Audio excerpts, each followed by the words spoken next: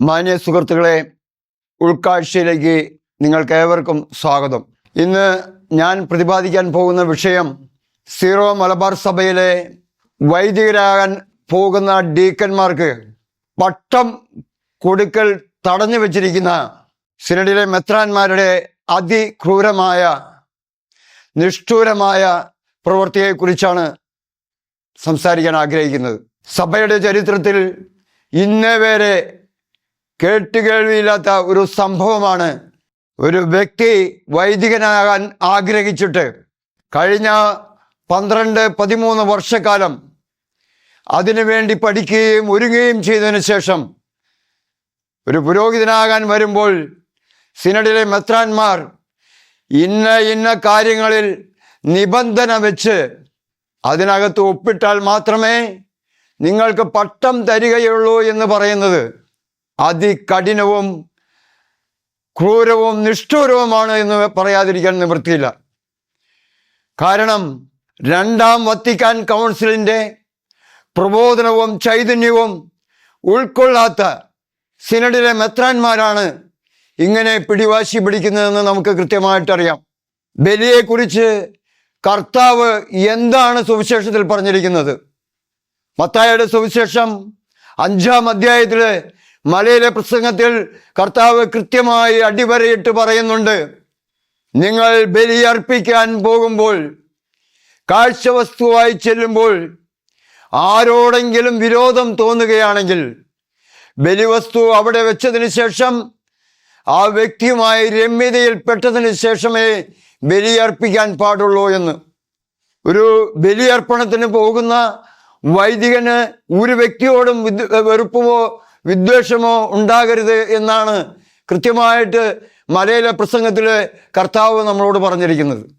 ഇവിടെ ജനങ്ങൾക്ക് വേണ്ടി ജനാഭിമുഖ കുർബാനയായി അർപ്പിച്ച അതേ ബലി അർപ്പിക്കുവാൻ ഇവിടുത്തെ ഡീക്കന്മാരെ സമ്മതിക്കുകയില്ല എന്ന് പറയുമ്പോൾ നമ്മൾ പല കാര്യങ്ങളും മനസ്സിലാക്കേണ്ടതുണ്ട്. ഒരു മാതാപിതാക്കളുടെ എത്ര വർഷത്തെ സ്വപ്നങ്ങളാണ്, അവരുടെ എത്ര വർഷത്തെ അധ്വാനമാണ്. ഈ കഴിഞ്ഞ ദിവസം ആലപ്പുഴ ഒരു എൻട്രൻസ് കോച്ചിങ് സെന്ററിൽ നടന്ന ഒരു സംഭവം എൻ്റെ ഓർമ്മയിൽ വരികയാണ്.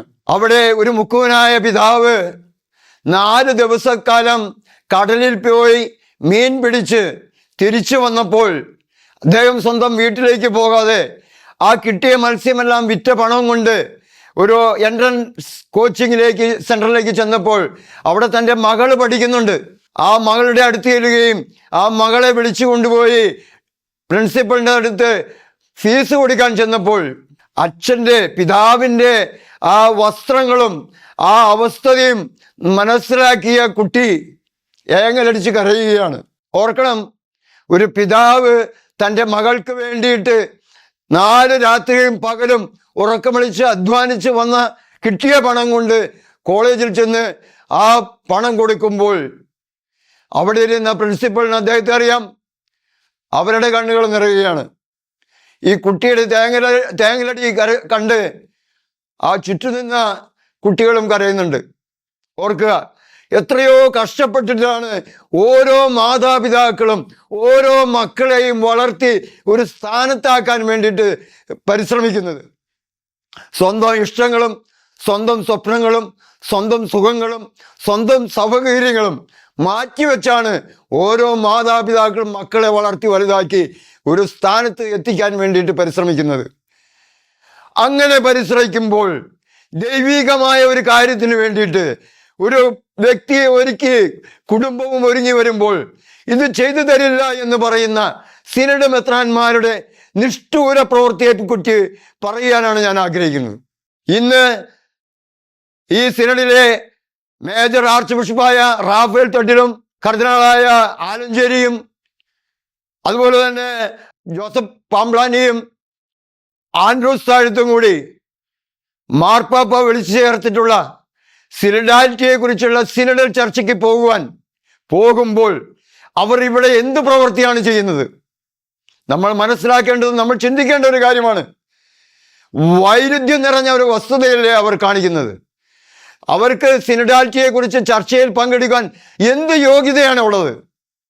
ആലഞ്ചേരിയോ ആൻഡ്രൂസ് താഴത്തോ, ഈ റാഫേൽ തട്ടിലോ, ഈ ജോസഫ് പ്ലാമ്പാനിയോ, ഇവിടുത്തെ വൈദികരെയോ ഇവിടുത്തെ ആത്മാരെയോ കേൾക്കുവാനോ അവരുടെ വിഷയങ്ങൾ മനസ്സിലാക്കുവാനോ പഠിക്കുവാനോ സിനഡാലിറ്റിയെ കുറിച്ച് ഒപ്പം നടക്കുന്നതിനെ കുറിച്ച് എന്ത് മാതൃകയാണ് അവർ നമുക്ക് നൽകിയിട്ടുള്ളത്?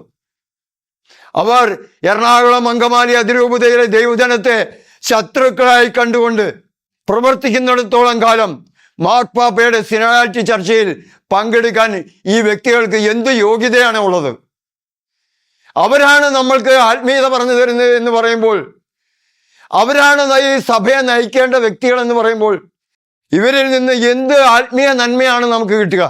ഈ ഡീക്കന്മാരുടെ പട്ടം തടഞ്ഞു വെച്ചിരിക്കുന്ന ഈ മെത്രാന്മാര് നീതി പാലിക്കുവാൻ വേണ്ടിയിട്ട് നമ്മൾ നീതിയജ്ഞ സമരമായി നമ്മൾ അരമനയിൽ ചെല്ലുമ്പോൾ നമുക്ക് മനസ്സിലാക്കാൻ കഴിയുന്നത്, അരമനയിലെ അഡ്മിനിസ്ട്രേറ്റീവായ ബോസ്കോ പുത്തൂരും അതുപോലെ തന്നെ കൂരിയിലെ വൈദികരും തലേ ദിവസം രാത്രി ഒളിച്ചോടുകയാണ്. ആ ഒളിച്ചോട്ടത്തിന് ശേഷം അരമനയിലെ വസ്തുക്കൾ കളവുപോയി എന്ന് പറഞ്ഞ് പരാതി കൊടുത്ത വ്യക്തികളെ പറ്റി നിങ്ങൾ മനസ്സിലാക്കുമ്പോഴാണ് ഒരു നഗ്നസത്യം നമുക്ക് മനസ്സിലാവുക. നമ്മുടെ ജേക്കബ് മഞ്ഞളി അച്ഛനെ മറ്റൊരു ഇടവകയിൽ ചെന്ന് രാത്രി കയ്യേറ്റം ചെയ്ത അതേ വ്യക്തികളാണ് ഇവിടെ പോലീസ് സ്റ്റേഷനിൽ പരാതി കൊടുത്തിട്ടുള്ളത്. അപ്പോൾ ഈ പോലീസ് സ്റ്റേഷനിൽ പരാതി കൊടുത്ത ആ വ്യക്തികൾക്ക് ജേക്കബ് മഞ്ഞളി അച്ഛനെ തല്ലാനുള്ള എല്ലാവിധ പിന്തുണയും കൊടുത്തത് ബോസ്കോ പുത്തൂരും ഇവിടുത്തെ കൂരിയിലെ വൈദികരുമല്ലേ എന്ന് നമ്മൾ സംശയിക്കേണ്ടിയിരിക്കുന്നു. ഇന്ന് ആഭ്യന്തരമന്ത്രി അമിത്ഷായ്ക്ക് ബിനു പി ചാക്കോ, പഴയചെറിയെ പോലെയുള്ളവര് പരാതി കൊടുക്കുമ്പോൾ നമുക്ക് ആ വ്യക്തിയെ വളരെ വ്യക്തമായിട്ട് അറിയാം. വൃത്തികേടിന്റെ പര്യായമാണ് ബിനു പി ചാക്ക എന്ന് പറയുന്നതിൽ ഒരു മടിയുമില്ല എനിക്ക്. കാരണം അത്രമാത്രം ആഭാസത്തരങ്ങൾ ചെയ്യുന്ന ആ വ്യക്തിക്ക് ഈ സിനഡിൽ എന്താണ് കാര്യം? ഈ സെന്റ് തോമസ് മൗണ്ടിൽ അദ്ദേഹത്തിന് എന്താണ് കാര്യം? സകല തട്ടിപ്പുകളുടെയും രാജാവാണ് അദ്ദേഹം. എത്രയോ അഴിമതികള് ഈ സഭയ്ക്കകത്ത് നിന്നുകൊണ്ട് ഈ മെത്രാന്മാരുടെ ഒത്താശയോടുകൂടി ബിനു പി ചാക്കോ ചെയ്തിരിക്കുന്നു. അപ്പോൾ നാം മനസ്സിലാക്കേണ്ടത്, സിനഡിലെ ചില മെത്രാന്മാർക്ക് പുറത്ത് പറയാൻ കൊള്ളാത്ത ചില കാര്യങ്ങൾക്കുള്ള സൗകര്യങ്ങൾ ഒരുക്കി കൊടുക്കുന്നവനാണ് ഈ ബിനു പി ചാക്കോ എന്ന് നമ്മൾ സംശയിക്കേണ്ടിയിരിക്കുന്നു. അതുകൊണ്ടാണല്ലോ അദ്ദേഹത്തിന് സർവ്വസ്വാതന്ത്ര്യവും അവിടെ കിട്ടുകയും സഭയിലെ സംരക്ഷകനായിട്ട് ആഭ്യന്തരമന്ത്രിക്ക് പരാതി കൊടുക്കാൻ അദ്ദേഹം തയ്യാറായതിൻ്റെ കാരണം എന്താണ്? ഈ സിനഡിലെ ചില മെത്രാന്മാരുടെ ഒത്താശയല്ലേ? നാം മനസ്സിലാക്കേണ്ട വിഷയമാണ്. നമ്മൾ വീണ്ടും ഡീക്കന്മാരുടെ കാര്യത്തിലേക്ക് വരുമ്പോൾ നമുക്ക് മനസ്സിലാക്കേണ്ടത്, ഒരു ഡീക്കൻ പുരോഹിതനായി കഴിഞ്ഞാൽ അദ്ദേഹം ദൈവത്തിന് കൃതജ്ഞതാ ബലി അർപ്പിക്കുമ്പോൾ എല്ലാ മനുഷ്യരെയും, ഒരു മനുഷ്യനോട് പോലും വിദ്വേഷമോ വിരോധമോ മനസ്സിൽ കാണാതെ ദൈവത്തിന് നന്ദി സൂചകമായിട്ട് ബലിയർപ്പിക്കുമ്പോൾ ഈ മെത്രാന്മാര് ഇപ്പോൾ നിർബന്ധിച്ച് ഒപ്പിടുന്ന രീതിയിലാണെങ്കിൽ എങ്ങനെ ഓരോ ഡീക്കനും ഒരു പുരോഹിതനായിട്ട് ബലിയർപ്പിക്കാൻ കഴിയും? ഇവർ തടഞ്ഞു വെച്ചിരിക്കുന്നത്, ഇവർ തടയുവാൻ ശ്രമിക്കുന്നത് ദൈവവുമായിട്ടുള്ള ബന്ധം മനുഷ്യനിൽ നിന്ന് വിച്ഛേദിക്കുകയും ഇവർ ഭൗതിക സുഖങ്ങളുടെ, ഭൗതിക സൗകര്യങ്ങളുടെ, ഭൗതിക നേട്ടങ്ങളുടെ, അധികാരത്തിൻ്റെ വെറും കൊതിയന്മാരായ മെത്രാന്മാരാണ് എന്ന് പറയേണ്ടി വരും. ഇവർക്ക് ആത്മീയമായ യാതൊരു നന്മയും ഇല്ലാത്തതുകൊണ്ട് തീർച്ചയായിട്ടും എറണാകുളം അങ്കമാലി അതിരൂപതയിലെ ദൈവജനമായ നാം ശക്തമായ പ്രതിഷേധവും ശക്തമായ പ്രതിരോധവും ഏർപ്പെടുത്താൻ ബാധ്യസ്ഥരാണ്. ഈ മെത്രാന്മാരെ ഏത് തരത്തിലാണ് നാം പ്രതിഷേധിക്കേണ്ടത്, പ്രതിരോധിക്കേണ്ടത് എന്ന് ചോദിച്ചാൽ, അവർക്ക് കൽദായവാദികളായ പുരോഹിതന്മാരെയും ഇവിടുത്തെ മെത്രാന്മാരെയും എറണാകുളം അങ്കമാലി അതിരൂപതയിലെ ഓരോ സ്ഥലത്ത് പോലും പ്രവേശിക്കുവാനുള്ള ഒരു അനുവാദവും കൊടുത്തുകൂടാ എന്ന് മാത്രമല്ല, ശക്തമായി അവർ എവിടെ പ്രത്യക്ഷപ്പെട്ടാലും, അവർ എവിടെ സന്നിധരായിരുന്നാലും അതിനെതിരെ ശക്തമായി പ്രതികരിക്കാൻ നാം ഓരോരുത്തരും തയ്യാറാവണമെന്ന് അഭ്യർത്ഥിച്ചുകൊണ്ട് ഞാൻ എൻ്റെ വാക്കുകൾ നിർത്തുന്നു. നന്ദി, നമസ്കാരം.